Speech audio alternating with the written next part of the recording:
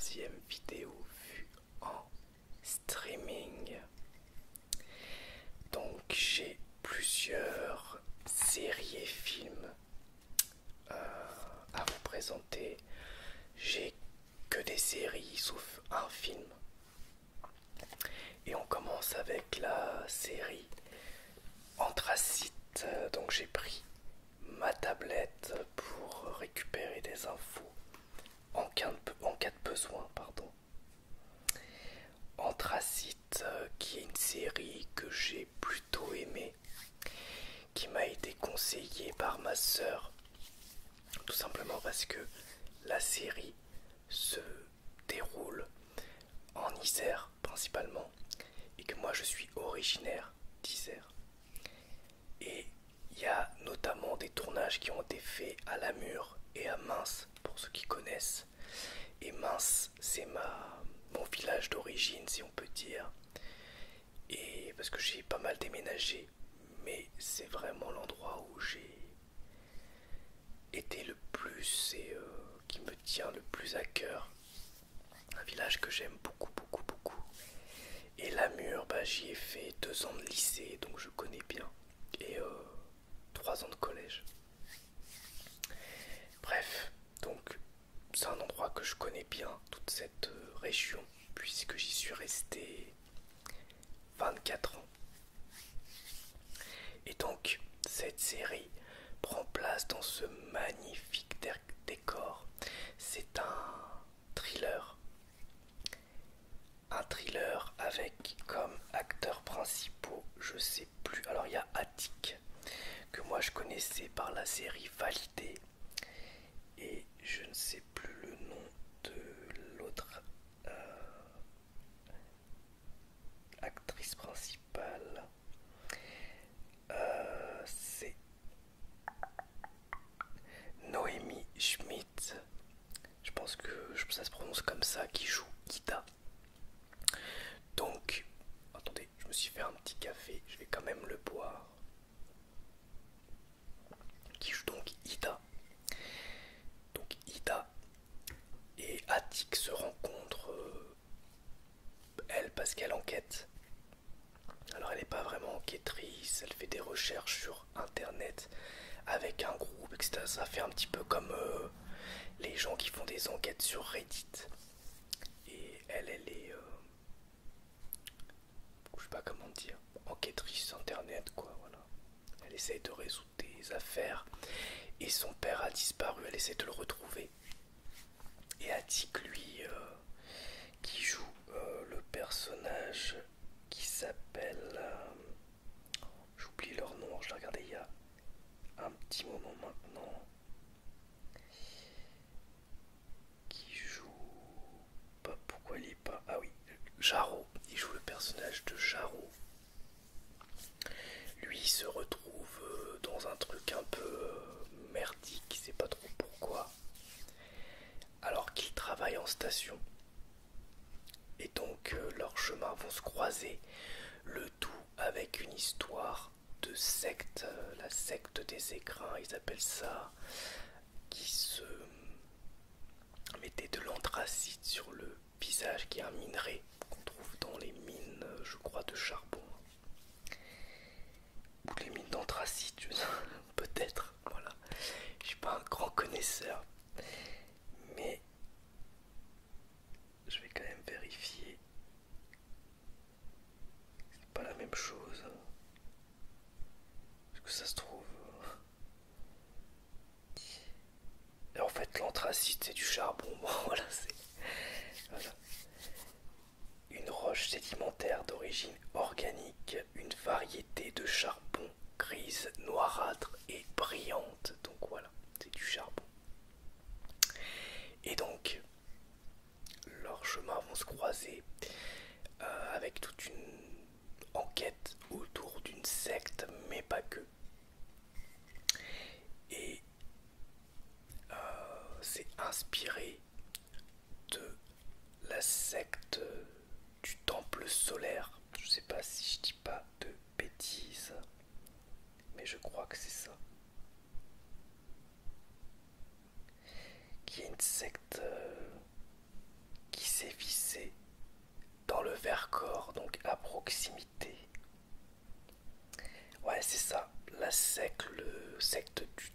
solaire. Je vais essayer de pas avoir trop d'hésitation parce que dans ma vidéo compte rendu précédente, j'ai trouvé que j'étais très hésitant et je trouve que c'est pas forcément très agréable à l'écoute. Donc si je fais des temps de pause, c'est pour éviter de dire des tout le temps. Donc la série en soi était sympathique. Bon, moi j'ai beaucoup apprécié voir les décors, apprécié la réalisation. Quand ça s'attarde sur les plans, vraiment il y a des plans magnifiques de la montagne, de lacs, de forêt, de villages. Et ça c'est vraiment très très très agréable. C'est ce qui a fait que j'ai vraiment tenu de revoir un petit peu des lieux que j'aime, des décors que j'aime. Et en plus c'est très bien tourné. Les acteurs, ça dépend. Des fois ils sont bien, des fois j'avais du mal. Dans l'ensemble j'ai eu plutôt du mal avec leur jeu. Notamment les deux acteurs principaux, je trouvais qu'ils surjouaient pas mal. Mais bon, au bout d'un moment je m'y suis fait. Mais j'ai eu du mal à ressentir des émotions par rapport à leur jeu. J'ai trouvé que ça restait souvent assez plat ou assez faux. Après sur les acteurs secondaires c'est variable, il y en a que j'ai trouvé très bien, il y en a moyen. Bon. Mais ça passe, bon, c'est pas non plus horrible, franchement ça passe. Et l'histoire, j'ai trouvé que c'était plutôt bien, même si sur les derniers épisodes, j'ai trouvé que tout allait très vite et qu'il y avait presque trop d'intrigues qui se croisaient un peu par magie et que ça faisait presque trop pour une série en 6 épisodes. J'aurais aimé soit qu'il y ait moins d'intrigues mais que ce soit mieux intégré, mieux écrit, soit qu'il y ait plus d'épisodes, que ça prenne plus le temps. Mais au moins, c'était divertissant. Voilà. Je trouve que c'est une série française très correcte, vraiment sympa et agréable à regarder. Et puis en plus c'est tourné vers chez moi, donc ça fait plaisir. Bon, aujourd'hui je n'habite plus là-bas, j'habite en Normandie, mais j'y retourne pour voir ma famille de temps en temps. Donc voilà, pour Andracite, c'est disponible sur Netflix, je ne l'ai pas dit. Et c'est une mini-série en 6 épisodes, donc il n'y aura pas de saison 2, hein. C'est vraiment 6 épisodes et fini. Ensuite, on va parler de la série Fallout, sortie sur Prime Video. Donc, sortie en même temps que l'ajout des publicités sur Prime. Et honnêtement, les publicités, elles cassent la tête. Bon, j'ai fini par désactiver les pubs parce que j'en pouvais plus, ça me sort des trucs que je regarde. Mais Fallout, j'ai regardé avec les pubs et c'est vrai que j'aurais dû désactiver avant. Mais bon, ça fait payer 2 € de plus et ça m'embêtait de payer 2 € par principe. Mais je trouve que vraiment ça sort de la série. Vous êtes en train de regarder un épisode, vous êtes à fond dedans et d'un coup vous avez une pub pour, je sais pas, une bande-annonce, une pub pour Red Bull, une pub pour n'importe quoi. Ça me sortait de la série. Cela dit, la série est très bonne, très très bonne. Elle est pas parfaite. Je trouve qu'il y a des petits problèmes de rythme, notamment sur la dernière partie. Je dirais que les 4 premiers épisodes sont au top. Après, il y a un moment, on a l'impression qu'on tourne un petit peu en rond, qu'on revoit un peu les mêmes décors, que les intrigues sont un petit peu similaires, que les personnages se cherchent. Bon, mais c'était quand même très agréable. J'ai pas vu le temps passer non plus, j'exagère un peu peut-être, je suis peut-être un petit peu tatillon. Mais la réalisation est impeccable. particulièrement les premiers épisodes réalisés par Jonathan Nolan. Il y a des plans qui sont magnifiques. Après c'est un petit peu plus plan-plan je dirais, même si ça reste très beau. Mais sur les débuts c'est très très marquant. Et les acteurs sont tous incroyables. Alors je vais citer leur nom, parce que ça se fait pas de pas citer leur nom. On a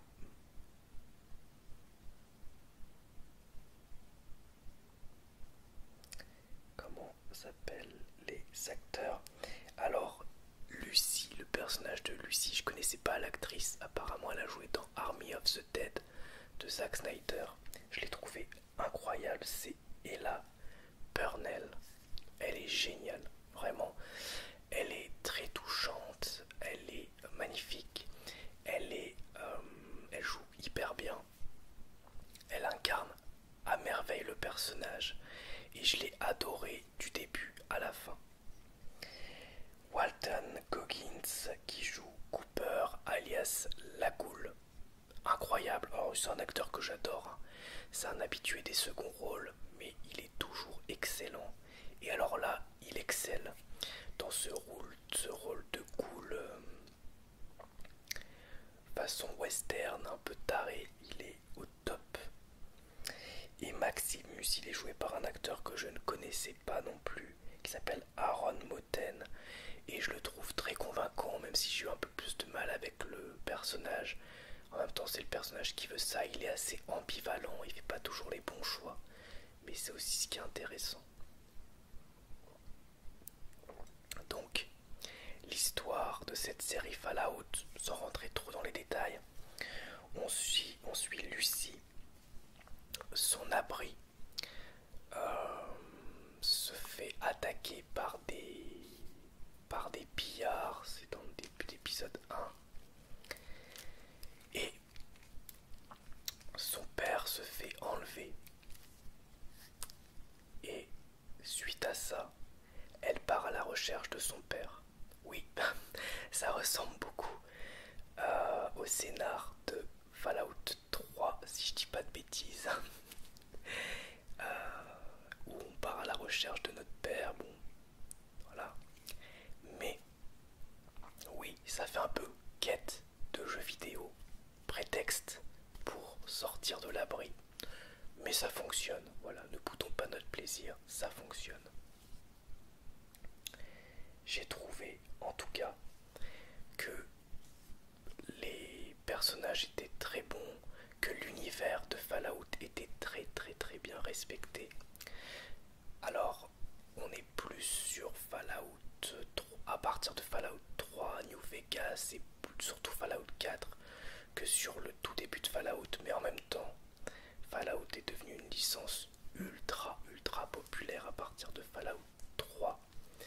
Avant c'était des jeux connus, mais ça restait de niche, du RPG un peu de niche. Mais c'est très respectueux de l'univers, il y a énormément de références à l'univers. Mais c'est pas du fanservice gratuit, c'est vraiment très très très bien fait. J'ai trouvé aussi que ouais, tout le lore est parfaitement respecté, que ce soit la confrérie de l'acier, que ce soit les ghouls. En plus, on en apprend plus sur l'univers de Fallout et les créateurs du jeu semblent dire qu'ils veulent intégrer la série comme quelque chose de canon dans l'univers de Fallout. Donc canon, pour ceux qui ne savent pas, c'est dire en gros que ça fait partie de l'univers officiel de Fallout et que c'est pas quelque chose à part. Donc vraiment, je trouve que c'est très très bien. Donc j'ai hâte de voir la saison 2 parce que évidemment il y aura une saison 2. Cette saison 1 d'ailleurs fait un peu grosse introduction, comme un épisode 1 géant qui introduit les personnages. C'est peut-être un petit peu le reproche que je pourrais faire, c'est que je trouve que le rythme est un petit peu spécial parce qu'on a l'impression d'être dans une grande introduction et en même temps il y a tellement de choses dans l'univers l'univers de Fallout à présenter, à comprendre, à respecter, que je comprends aussi qu'il faut installer le lore, il faut installer les personnages, il faut installer l'univers. Donc finalement, c'est normal. Je pense qu'ils n'auraient pas pu faire autrement, parce que sinon les gens qui ne connaissent pas Fallout auraient été largués, et les gens qui connaissent Fallout auraient trouvé dommage finalement de pas développer tout l'univers. Et je trouve que finalement, même si je dis qu'il y a un petit problème de rythme par moment, bah, j'ai quand même beaucoup accroché parce que moi j'adore cet univers là et je trouve que c'est tellement respecté que on en prend plein les yeux tout le temps en tant que fan de ces jeux vidéo. Moi mon jeu vidéo préféré de tous les temps c'est Fallout New Vegas que j'adore. J'ai fait tous les Fallout, j'ai fait Fallout 1, j'ai fait Fallout 2, j'ai fait Fallout Tactics, enfin je l'ai pas fini mais j'y ai joué. Fallout 3, Fallout New Vegas, Fallout 4 et j'ai joué à Fallout 76 même si j'ai pas terminé, hein. C'est un jeu en ligne, je sais pas s'il peut se terminer mais donc je suis vraiment c'est un univers que j'adore et donc je suis très content qu'il s'est fait une série respectueuse de Fallout parce que franchement c'était très bien. Et c'est tout, hein. Écoutez, je sais pas quoi dire de plus. C'était bien, c'était très bien. Ensuite, j'en suis Anthracite, Fallout. Ouais, Borat, j'ai regardé Borat 2 de Sacha Baron Cohen. Alors le premier Borat, je l'avais vu au cinéma à l'époque, il m'avait fait super rire. Et d'ailleurs, ça m'a donné envie de le revoir. Je pense que je vais le regarder à nouveau. Mais ce Borat 2, alors je sais plus le nom exact. Je crois qu'il a un nom un peu technique. C'est pratique d'avoir la tablette. Borat, nouvelle mission filmée. Voilà. Je l'ai trouvé assez drôle, même si beaucoup moins percutant, beaucoup moins choquant sur les États-Unis, beaucoup moins. Je sais pas, ça m'a moins marqué que le premier, beaucoup moins. Peut-être parce que depuis on a vu tellement de choses. Et avec les réseaux sociaux, on a tellement d'infos. Et sur internet, on voit tellement de trucs sur les États-Unis que c'est difficile aujourd'hui de tourner en dérision certaines choses. Surtout qu'il y a des trucs qui sont tournés en dérision et aujourd'hui c'est complètement assumé par des partis politiques extrêmes. Et donc ça fait moins rire, je dirais. Mais c'est peut-être aussi parce que le premier Borat était en avance sur son temps. Et aussi il y a des blagues qui sont quand même moins drôles et je trouve que c'est moins percutant. Cela dit, il y a quand même plein de scènes que j'ai trouvées très drôles. Alors ce qui est toujours compliqué dans ces films, c'est qu'on peut jamais vraiment savoir ce qui est scénarisé et ce qui est de la caméra cachée. Mais je pense que vraiment il y a des moments qui sont de la caméra cachée parce que ça se sent et qui sont incroyables. Et il y a des moments qui sont où je pense que c'est clairement scénarisé. Mais quand même, vraiment, j'ai bien rigolé. J'ai pas vu le temps passer devant. Il y a tout un lore avec Borat qui emmène sa fille aux États-Unis pour la donner à un politicien américain pour gagner la faveur de Trump pour le Kazakhstan. Et c'est assez drôle avec sa fille qui finalement découvre le féminisme et se dresse contre lui. Voilà, c'est plutôt bien fait. Mais je trouve que c'est beaucoup moins bien que le premier et beaucoup moins drôle. Et message porté par le film est moins percutant en 2023 que le premier Borat qui doit commencer à dater. Puis bon bah c'était plus facile à l'époque parce que personne ne connaissait. Sacha Baron Cohen en Borat, il pouvait faire des caméras cachées facilement. D'ailleurs là il en joue. Il dit plusieurs fois qu'il est obligé de se déguiser pour pas qu'on le reconnaisse en tant que Borat. Et donc le premier Borat, il date de... est-ce que j'ai la date? 2006, ouais, ça commence à dater, purée, 2006. Donc voilà, c'était pas mal, mais très loin du niveau du premier. Mais j'ai passé un moment agréable, voilà, c'est ce que je dirais. Ensuite, The Boys, Diabolical ou Les Diaboliques en français. C'est une série anthologique d'animation sur l'univers de The Boys. Alors par contre j'ai pas dit Borat 2, je l'ai vu aussi sur Prime Video, et The Boys Diabolical, pareil, je l'ai vu sur Prime Video. Donc j'adore The Boys, d'ailleurs je viens de lire le volume 1 du comics. J'adore The Boys. La série est excellente. Et donc, ça fait un moment que je voulais regarder cette série animée. Je ne l'avais pas fait. Elle est vraiment, vraiment, vraiment réussie. Je vais boire un peu mon café parce que je parle beaucoup. Elle est vraiment réussie parce tous les épisodes sont différents. Alors il y en a un ou deux d'épisodes que je trouve moins bien, mais dans l'ensemble je trouve que tout est sympa. L'animation surtout est top. Attendez, je vais essayer de trouver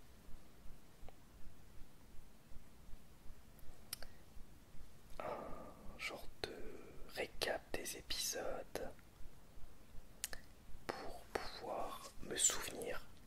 Il y en a 8 déjà, il y a 8 épisodes animés. Donc le premier c'est la balade de Bébé Laser. La balade de Bébé Laser, c'est un hommage aux Looney Tunes ou à Tex Avery, mais je crois que ça faisait plus Looney Tunes d'ailleurs. Il y a clairement une ref à Looney Tunes à la fin, avec un bébé à Volt qui est clairement un cobaye et qui a des pouvoirs, qui a des lasers qui sortent des yeux comme Homelander. Et bah c'est une boucherie. Voilà, j'en dis pas plus sur le pourquoi du comment. La série d'animation est très gore, vraiment très gore, mais comme c'est en dessin, bah du coup ils se permettent plus de violence et c'est aussi très drôle. Le deuxième s'appelle un court-métrage animé dans lequel des super bien vénères tuent leurs parents. Donc celui-ci c'est dans un style Rick et Morty, je pense que c'est d'ailleurs les dessinateurs de Rick et Morty, et je l'ai trouvé très drôle. Celui-là, en gros, c'est des ados, ou jeunes adultes plutôt, qui ont que des pouvoirs merdiques, qui ont été mis au banc de la société par leurs parents, et qui se regroupent pour tuer leurs parents avec leurs pouvoirs merdiques. Très drôle. Je suis ton dealer. Celui-là, il est très gore et vraiment assez trash, ouais, vraiment trash. Pas vous en dire plus. Boyd in 3D, je me souviens plus. Ah, c'est quoi celui-là, Boyd in 3D? Pourtant, je croyais que c'était cool. Ah, je me souviens plus. C'est pas grave. Les meilleurs amis du monde, celui-là, c'est celui que j'ai le moins aimé, avec des blagues avec le caca et tout. C'était drôle, hein, il y avait des trucs drôles, mais je sais pas, des fois je trouvais que c'était un peu, ça m'a moins marqué, je dirais, que le reste. Nubien contre Nubien. bien aimé. Pas incroyable, mais sympa. John et Sun-Yi, j'ai adoré. Ça fait animation style Studio Ghibli. Et j'ai trouvé que c'était vraiment génial. Et d'ailleurs, clairement, l'inspiration est animée. Et franchement, c'est vraiment top. Et 1 plus 1 égale 2, le 8e épisode, qui est centré sur Homelander et Black Noir. Sur les débuts de Homelander, je l'ai trouvé génial aussi. Vraiment génial.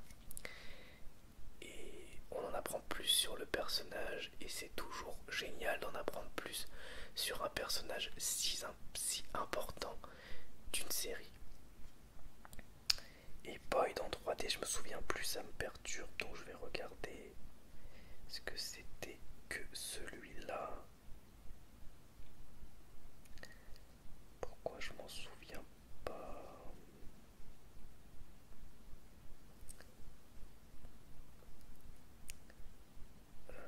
Je ne sais pas pourquoi je m'en souviens pas.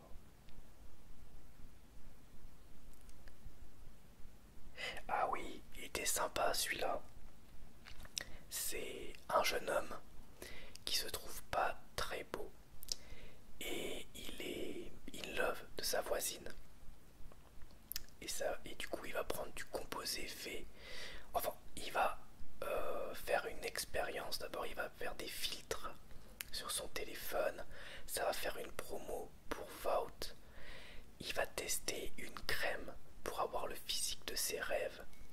Et donc il va séduire sa voisine. Et après il se passe plein de trucs. Voilà, je vous en dis pas plus parce qu'il se passe plein d'autres choses après. Mais j'ai trouvé que c'était très sympa. Voilà, il y a plein de bonnes idées en fait dans ces courts-métrages d'animation qui durent tous 15 minutes. Donc ça va assez vite, hein. Il y a 8 épisodes, 15 minutes chacun. Ça fait 2 heures. Voilà, en 2 heures vous avez tout regardé. Et vraiment très sympa. Et enfin, pour terminer sur Disney+, j'ai regardé la saison 1. Alors j'ai pas encore fini pour être honnête, j'ai regardé 11 épisodes sur 13 de X-Men 1992. Et j'ai beaucoup aimé. Alors pourquoi? C'est parce qu'il y a X-Men 97 qui vient de sortir, puisque la série X-Men d'origine d'animation a été a été animée entre 1992 et 1997. Et donc X-Men 97, ça reprend directement la suite. Et donc moi, je voulais regarder cette série X-Men avant de commencer X-Men 97. Et donc, je trouve ça très bien. Alors c'est pas parfait. Les défauts, c'est l'animation qui est souvent un peu brouillonne. Les proportions des personnages des fois sont approximatives aussi. Ils ont des corps un peu chelous, ils se tiennent un peu voûtés bizarrement. Et les décors aussi des fois sont un peu flous, un peu gribouillis. Mais quand on se fait à ça, c'est très respectueux des comics X-Men et des personnages. Il y a énormément de choses qui se passent rien qu'en une saison. Alors je vais essayer de retrouver avec les noms des épisodes.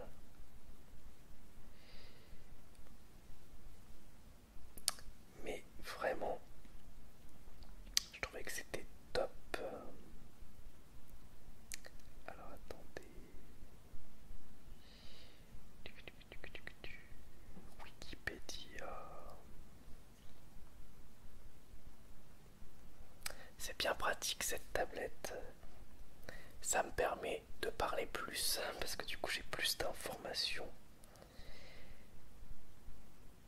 Donc, ouais, il y a plein de trucs cool. Alors déjà, il y a directement l'introduction des sentinelles. On a Magneto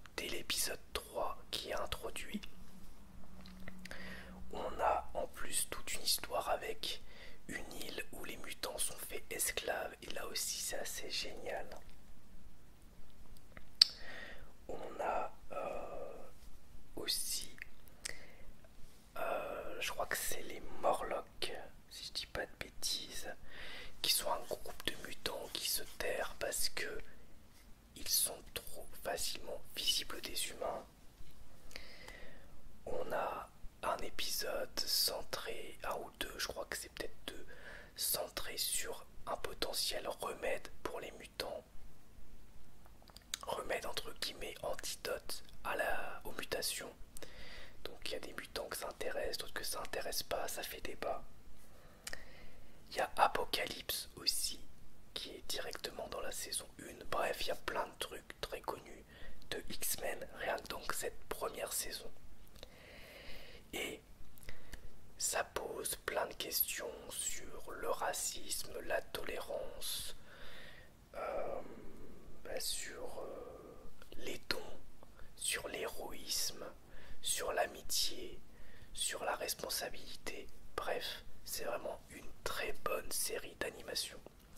Ce que j'ai beaucoup aimé aussi, c'est qu'il y a un vrai arc narratif. C'est pas comme dans certaines séries de super-héros où chaque épisode peut être regardé indépendamment.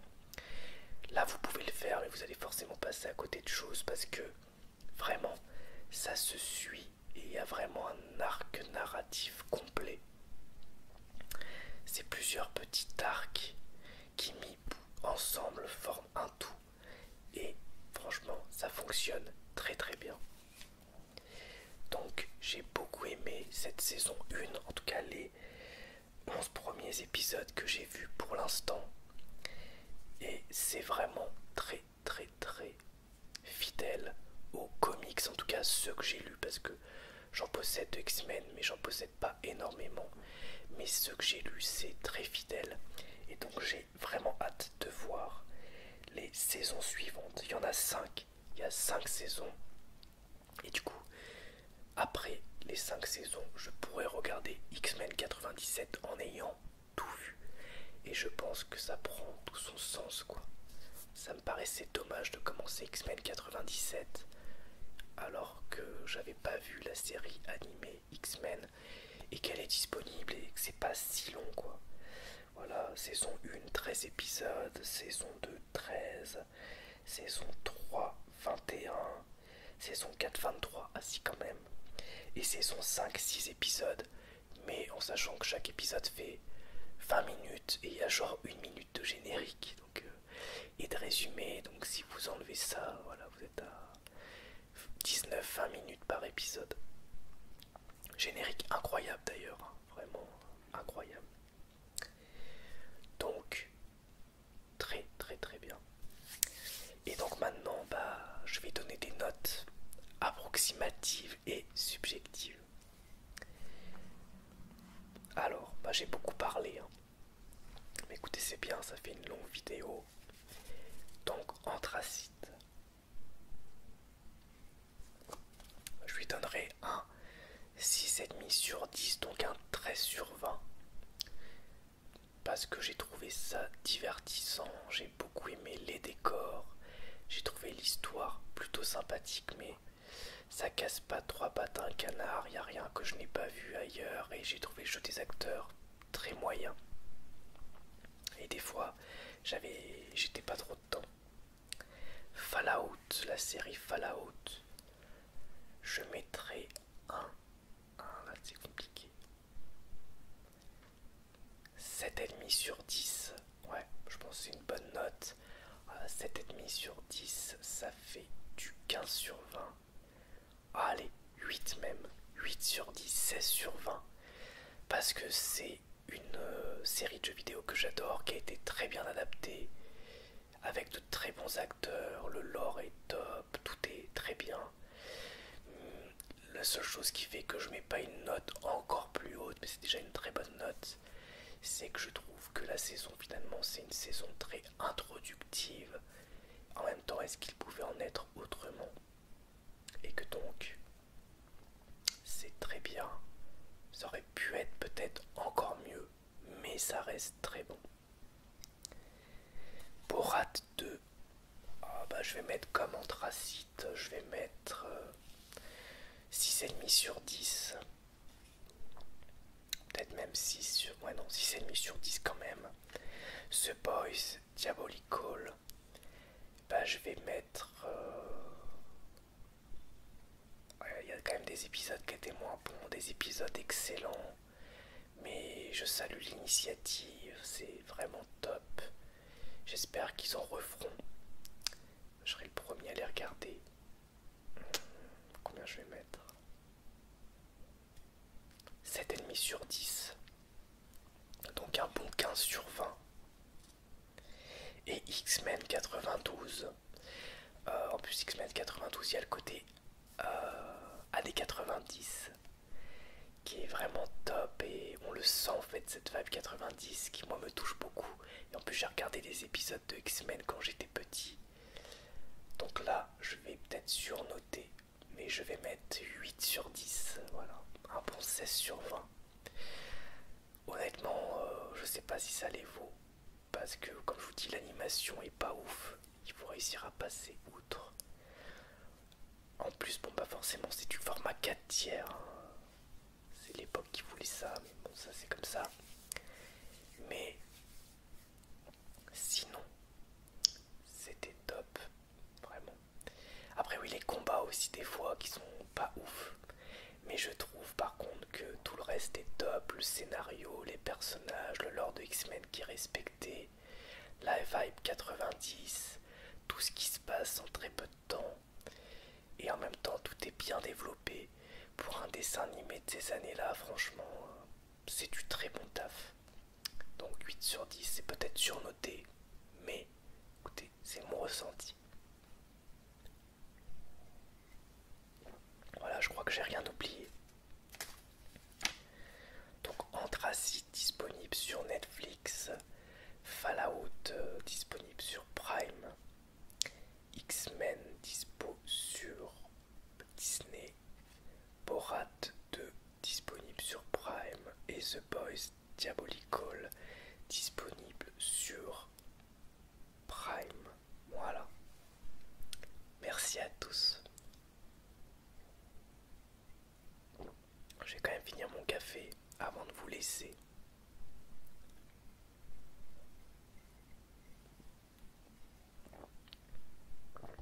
J'espère que j'ai pas trop parlé. En même temps, si vous êtes là, c'est que vous aimez bien m'entendre parler, sinon vous n'êtes déjà plus en train de m'écouter. Peut-être que vous êtes